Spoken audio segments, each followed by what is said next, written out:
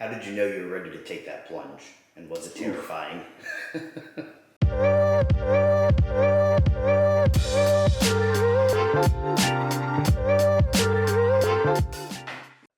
Yeah, taking the plunge. A lot of people, there's a lot of woodworkers out there or hobby woodworkers that want to do, well, let me back up and say there's a lot of unfulfilled people in their workplace.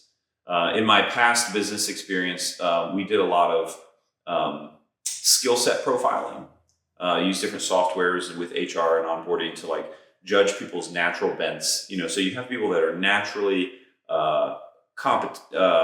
conscientious. You have people that are naturally detail oriented or naturally sociable. And those play into your skill sets. So you can, if you take somebody that's naturally a low sense of urgency and very patient, and you put them into a sales role, they're not going to perform very well.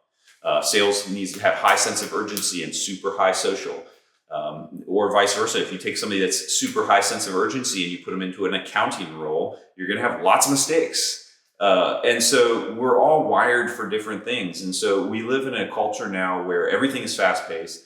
People are forced into molds that they shouldn't necessarily be forced into. And so that we have a lot of dissatisfied people in the workplace. They're going through a grind. One of the negatives of capitalism is people become numbers. You're treated like a resource, human resources, right?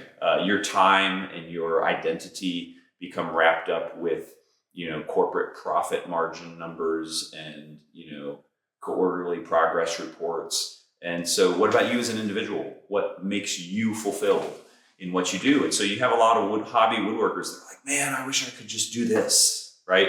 And a lot of them ask like, when am I ready? When can I just make the plunge?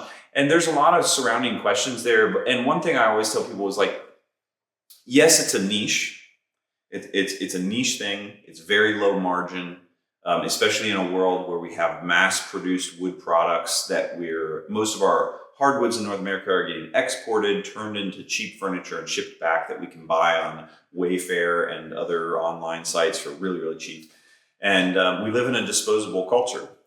Kitchen cabinets are designed to be torn out and disposed of every 10 years when the style changes, or more often than that. An old house anymore is 25 years old. Oh, it's old, it needs updated, right?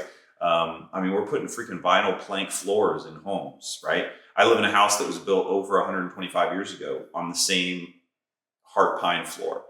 And so it's different mentality, and we have to fight against that as craftspeople. And so the first thing I would remind people of is there's always enough work, right? I hear a lot of woodworkers that take the plunge, so to speak, and then they're struggling and they're like, well, there's just not enough work. No, there's never a demand problem. There's a sales problem. So think through that. It's not that there's not enough demand for what you do. It's that you haven't learned to sell your work.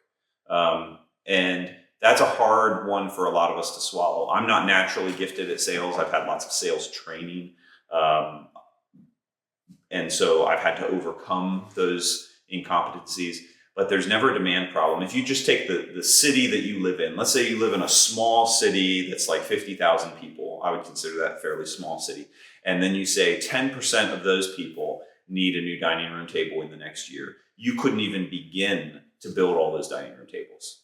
Let alone all the rest of the woodworkers combined in that city could probably not meet that need.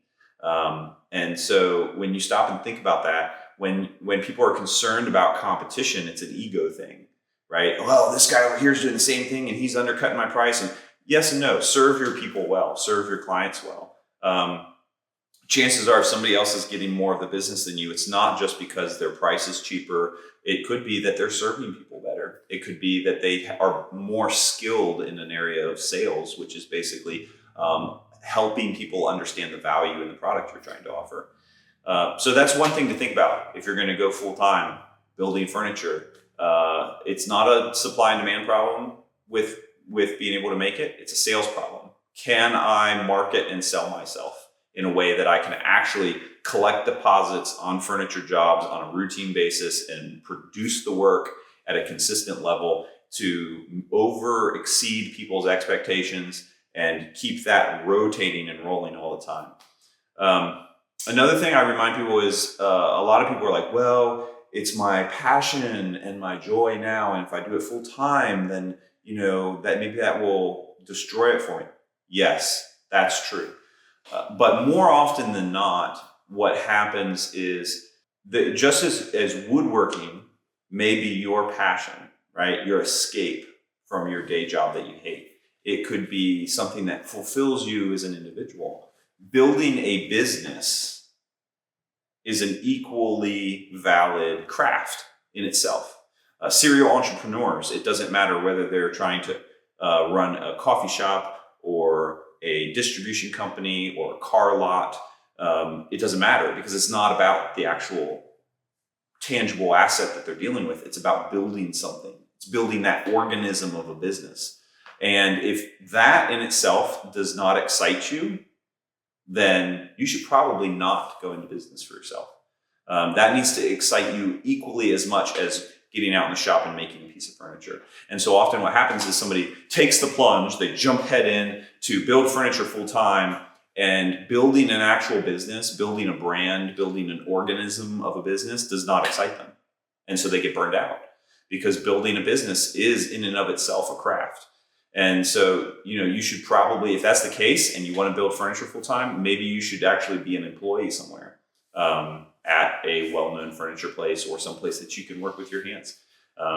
Owning your own business is not for everyone. It's just not. And don't spoil your love for working with wood and creating by overshadowing it with the responsibility of keeping a business alive, if that in and of itself is not a craft for you.